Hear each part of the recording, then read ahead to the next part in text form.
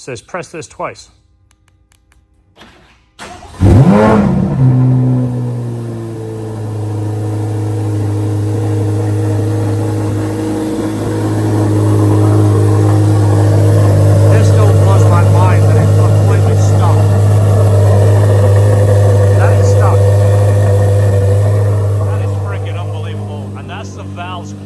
That is 100% stock.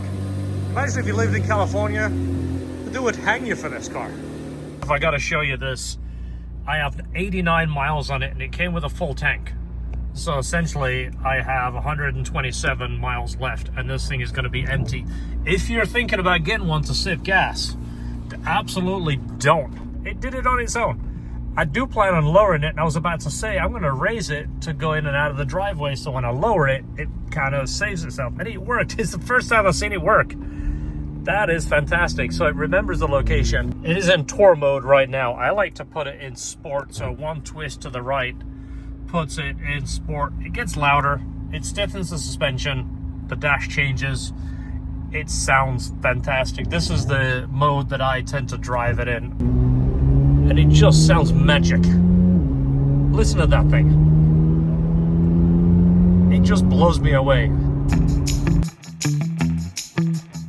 I've already had the question, what is better, this or the NC1 NSX? I've owned two C8s. This is the only Z06. This is the sports car. The C8 is kind of like a touring car.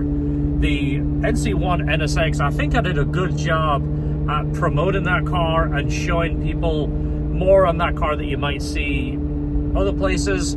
I modified it, we tuned it. It was the world's fastest for about 2 weeks, but you know, it did a 1062 back in 2019, I think it was. Anyway, that was a fantastic car. My biggest complaint of that car is it didn't come like this. It should have been high revving, naturally aspirated, in the Honda kind of theme, lightweight, nimble, and it wasn't. It's a shame. I'm not going to say anything more about it. You guys have already made up your mind which you like. I just wish Honda would have done what Chevrolet did. This is like it's not affordable, it's more affordable than a 458. I'm putting it on wide angle right here because I want to show you the cockpit. I think the cockpit is just absolutely beautiful. I really like it. It's the same as the C8 base or the C8 Stingray. It's the same thing. It's just obviously the tack is different on the Z06. It will change to over here when it breaks in. That will go up there. A lot of people record that because it's a big deal. But other than that, this is a beautiful interior, I think. So let's go through here. I'm going to take you through some of my favorite roads. I'm still breaking it in and I'm being really conscious of that braking. I don't want anything to happen to this. I've owned a few Chevrolets. I've worked on a few Chevrolets. They are a little hokey. Not many people are going to tell you, especially when they buy the car. They'll always tell you it's the best car in the world. I'm here to tell you they're not. It's a lot of car for the money, but they're a little hokey. They break. This stuff goes wrong with them. There is always limitations what they can do. They have probably all of these car manufacturers have some of the best engineers in the world, but they are always limited by the bean counters, the guy that says you need to do this but you can only do this. If you've seen our past videos, we use these roads a lot. We used to build cars and then take them around here. We didn't do any high-speed driving. We would use it just for the scenery, just to be able to talk about the cars and drive through here because it's so pretty through here. It used to be a lot more open. Now there's a bunch of apartments and there's like 900,000 people all jammed over here, like over there. And they're all, look at the traffic. It used to be empty back here. There's a couple of failed businesses that still didn't come back because the buildings are so huge, nobody could ever take up that space. There's something else building over here, something coming soon. But this is where we used to drive just because it's so open and you can actually hear the car back here. So let me tell you a little bit about the car while I drive it. This is a naturally aspirated 5.5 V8 flat plane crank. It revs to 8,600 RPMs, dual clutch transmission, I know a lot of people are going to say, well, it sucks, it doesn't have a manual. Yeah, we all wanted a manual because we all like to be engaged and we all like to shift. Even though it's not as fast as a dual clutch, we don't do it because it's not as fast. We do it to be engaged. Hence why you want the car to give you feedback. You want the steering wheel to feel a certain way. You want it to sound a certain way. It's part of the driving experience. It's engaging, which means you feel like you're a part of it, as opposed to, you know, like a modern electric car where you can tell it where to go and it will probably do it really well, but you're not a part of it. These are the GT2 seats, and I think out of all of the Corvettes, these are the comfiest, and they are electric left and right, which is actually pretty impressive. Usually they'll give you full function on the left and nothing on the passenger. This one is full electric, and it has memory over there in the door, you see, and it's also got an exit feature, so it goes in a position for when you open the door. I typically don't set that up because I don't want the seat going back and forward every time I'm in and out of the car. First off, it's a Chevrolet, which means the seat will probably break, but I just don't want it moving. I can get out the car. If I can't get out the car, I'll get a car that I can. I would say these are not quite as comfy as the Civic Type R seats. I told you I'd be honest, right? I don't just stick up for it because I drive it. I think they're on par with the Porsche GT4 buckets. I'd have to sit them side by side, but a very, very close feeling. And they look nice. They got the cool carbon fiber on there and the nice stitching. But what makes these actually pretty cool is they're ventilated and heated. When I say ventilated, there is a fan that pumps air through the perforations in the seat. And it's nice. I've got them on right now. It just feels like it's a cool airflow on your back. When you're running the air conditioning, it uses that air conditioning air. It doesn't have its separate air conditioning. It's just a fan. So if you blow the AC onto the ground, that feels cooler. And it also has the heat too. So out of those seats, the Civic Type R, the Porsche GT4, and this, I would say that feature is better, but they're a second, third place between those three cars. Steering feedback in sport or track feels absolutely wonderful. I haven't pushed this that hard to really get the feel of it. I've done a little bit of back and forth on the on those back roads. I came out early on Sunday when nobody was out here. The NSX, everybody wants to compare it. The NSX, I did actually take that to the road course, and it was, I'm not a pro race car driver by any means. I'm a weekend warrior, enjoying to drive the car kind of guy. I found that car would push. It felt like it either needed different tuning, bigger tires in the front, maybe at a different alignment might have helped. But the faster I drove it, the more it would just push. You just couldn't get the thing to go around the corner. And I don't have the experience to put that thing into a slide to make it rotate or whatever you would do to make that happen. This road here, I've used launch control many times and took a few cars through here pretty fast. In fact, my friend Joe Rady runs his car through here, and I've seen his videos, including the one on the Z06. Of course, we have launch control. On throttle, here we go! Yeah! Yeah! Of course, he was abiding by the speed limit, but it made me think that somebody might be interested in him. Look at that. There is a speed thing right there. I think I can thank Joe for that. He's probably the reason that is there. So the tech in this car, I think, is very good, and it's very gadgety. We like gadgets, even though we pretend that we want a car with nothing in it except a steering wheel and a shift knob. We all like tech, and we all like to push buttons and look at stuff. There's all kinds of stuff that you can configure over here and on this screen here. You got some buttons down here that is for front camera, the front lift, and the traction control on and off. This is obviously park, neutral, reverse, and then you click over here and it puts it into manual, so you can use these manual paddles right here. This wall of switches, I gotta say, when I first saw it at SEMA, I thought it was a complete mess. I go, why the heck do you need 75 buttons? You're never gonna remember what they do. Once you get used to it, it's actually pretty basic. It's actually quite handy once you know what they all do and where they are. I'm not going to show you what they all do because every other YouTuber has told you what they do and done a better job explaining it. Steering wheel heater, you can talk through the phone here. This is to scroll through this. It's a joystick. Essentially, you got your volume over here, you've got your favorites, go through the channels, you've got your Z button, you've got that button, which I don't know what that does. Of course, window, mirror. This is your seat controls for the memory. You've got front and rear trunk right here, and then you've got the head-up display right here. If I can position this just right, I think you might be able to see that. You can change that display, change the height of it, change the brightness. So the ride quality, I think, is pretty darn good. I've had a few Z06s. Z06s ride rough. They tend to be more track focused than the base, so they will ride a little rougher. This is in sport mode. I think these ride fantastic. This is my 8th Corvette, and this is the most touring GT car feel out of all of them. I think the C8 Z06 and ZR1 is the most raw feeling sports car, and of course they're so raw the interior flaps around and can move. All this stuff is like floppy. This is actually very stiff, but that car makes you feel like you're going to experience every bump in the road. This car, very smooth.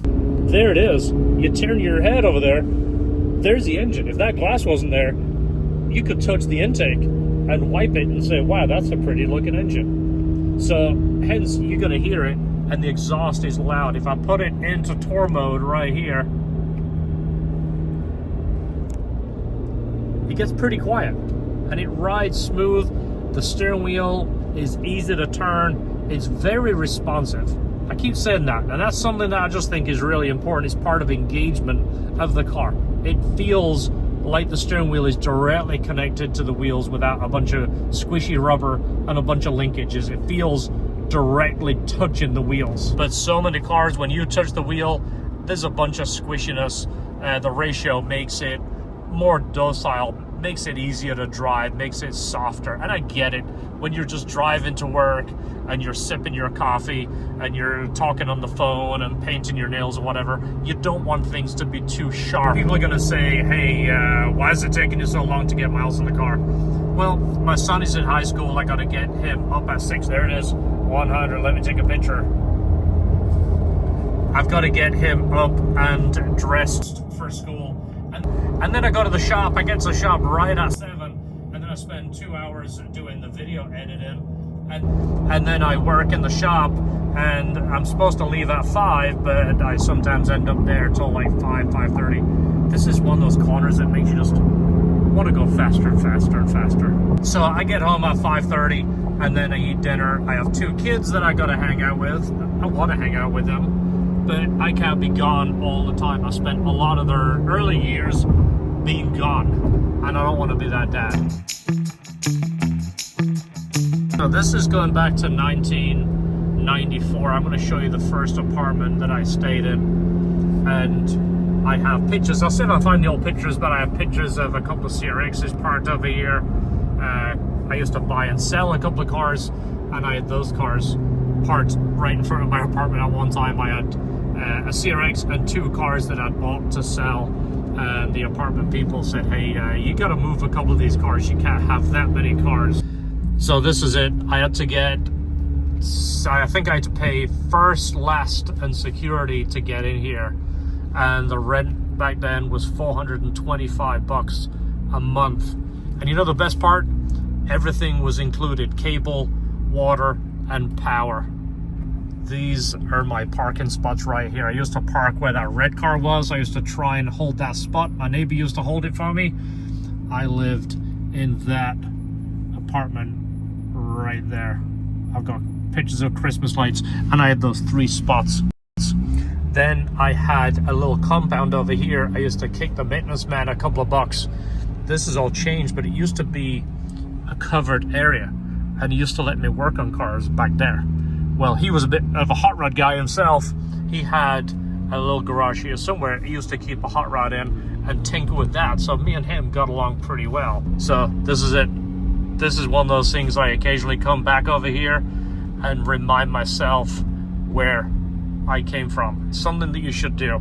This section through here is the little area I used to take photos. That is my 1989 CRX SI right there, taken in this spot before those trees all grew up. This is the interstate right here. But that was the car that I worked night and day, saving every penny I could to get that car. And what sucks is when we finally got it, a month later I found out my girlfriend was cheating on me. And we had to sell the car and we split the money. Anyway, let's get back to the video. I'm not a fan of the crackle tunes, but a couple of burbles and a couple of snaps now and again I kind of like. And this does it in sport mode. So if you run here about 2,500 RPMs, let me try and hold it, make sure it doesn't shift. And then when you decel, this is a couple. It's just enough. It's just enough not to be annoying. A couple of crackles. So right here, if you go over to options and info selection, click down on that, you can go through, and these gauges over here, you can put whatever you want on there. Oil pressure, let's see, that is that over there. Like, you can go through economy trend, G-force, let's see, oil temperature, time and date, tire status, so it'll tell you the pressure and if they're warm enough, trans fluid temp. Then you can change the bottom one to whatever you want. I should put it on that one because my wife told me to go home at 7. I should set an alarm on my phone.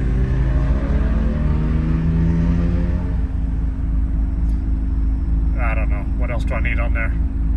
Battery voltage. I don't need that. Follow distance. Economy trend. That's going to stay terrible. I guess I don't need half of that stuff on there. Let's put G-force in there.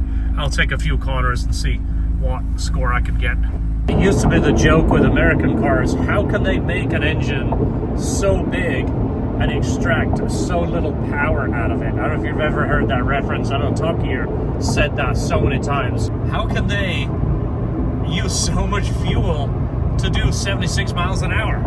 I mean, my average is 13.1, but look at that, it's barely above it. It's probably 15 mpg to do 76 miles an hour. I mean, how is that possible? This is the Gandy Bridge. I used to use this back in the day as my tuning road before we had a dyno, before I used to rent dynos, in fact, because this road right here, this section was a full throttle until that hump. You knew you were safe until that hump. Anybody on the other side couldn't see you over here. So this was full throttle, check in your AFRs, and then hit the brakes before you hit the peak. A lot of memories of this bridge. Actually, a pretty smooth. This side is smooth, the other side, every car feels like you need new suspension. If your shocks are worn, it makes you feel like you're riding a horse on the other side. Even worse on the Bayside Bridge. But this one, headed this way, it's actually pretty smooth. There we go, the MPG is coming up, 13.6. That's getting up there.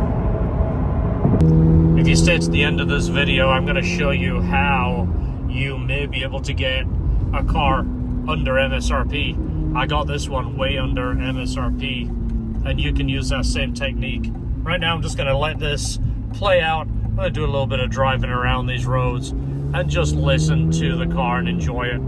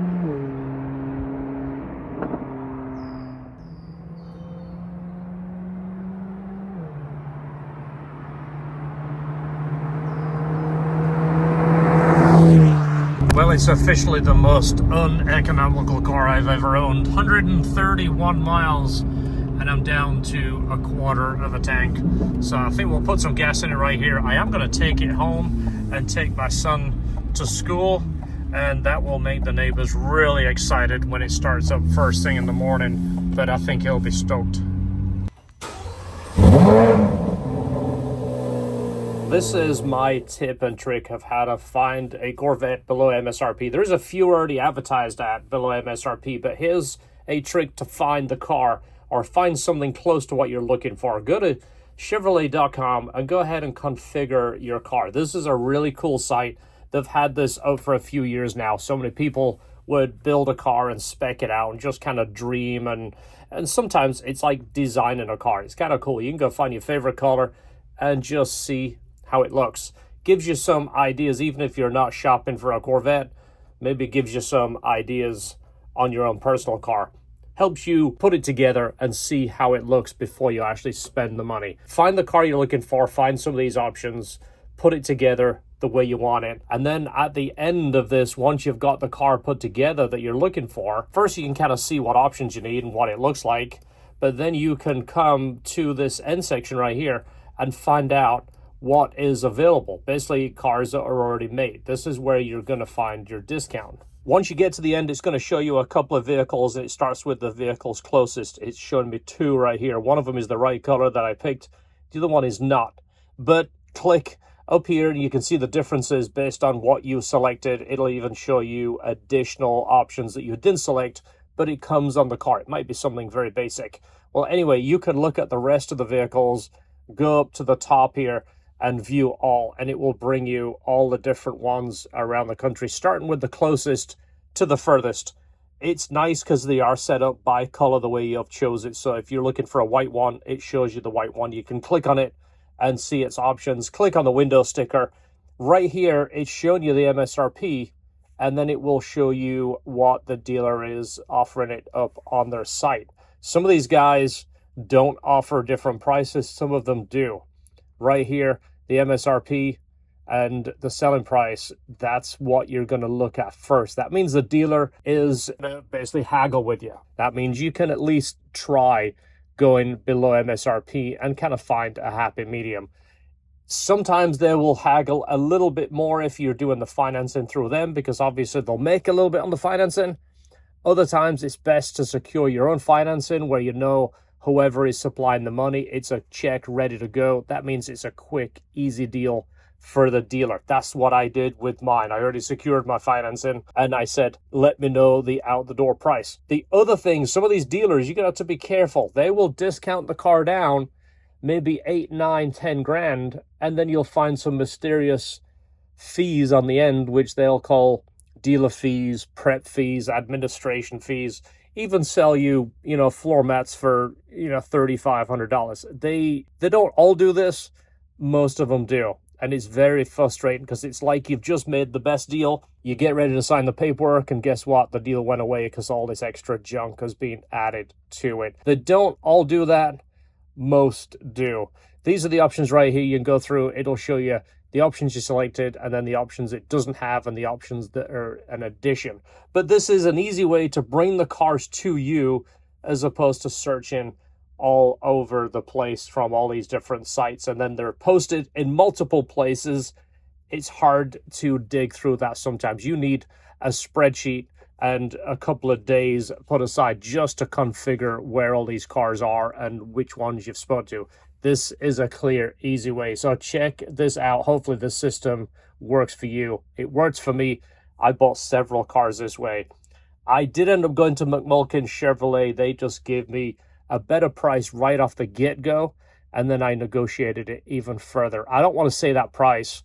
Also, McMulkin only charged a $470 dealer fee. There was no other additional fees. Definitely a good place to deal with, and it was just smooth as could be, and even helped me arrange transport. So hopefully this gives you an idea. If you are in the market for a Z06 or even a Stingray, there is better deals now for the Stingray and E-Ray.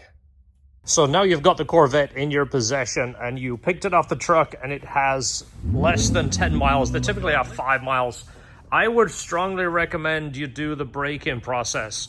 Do it exactly the way they say. It does keep track of this. There is a counter in the display. It basically tracks the hours versus the RPMs. I would also recommend you pick up one of these. This is the DCT filters for the transmission. We're carrying it in the store for two reasons.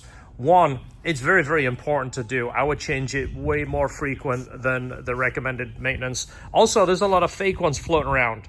We had a customer not too long ago bring us one. We looked at it and it looked just like the real thing.